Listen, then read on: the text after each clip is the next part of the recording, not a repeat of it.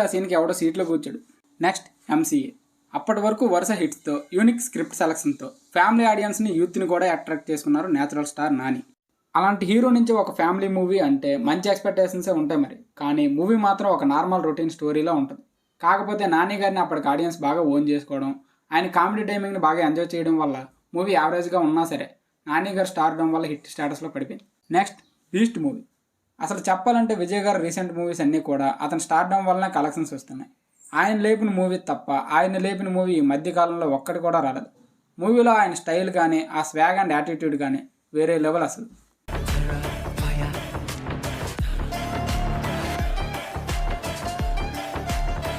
వాటిని యూజ్ చేసుకుని స్టోరీ మీద కాన్సన్ట్రేట్ చేయలేకపోతున్నారా అనిపిస్తుంది. నాకు తెలిసి బీస్ట్ మూవీ ఆయన తప్ప వేరే ఏ హీరో తీసిన ఆడియన్స్ ఆ థియేటర్ సైడ్ కూడా వెళ్ళరు. Only for Vijay Thalapathy mass stardom మాత్రమే. ఫస్ట్ 3 డేస్లోనే మొత్తం కలెక్షన్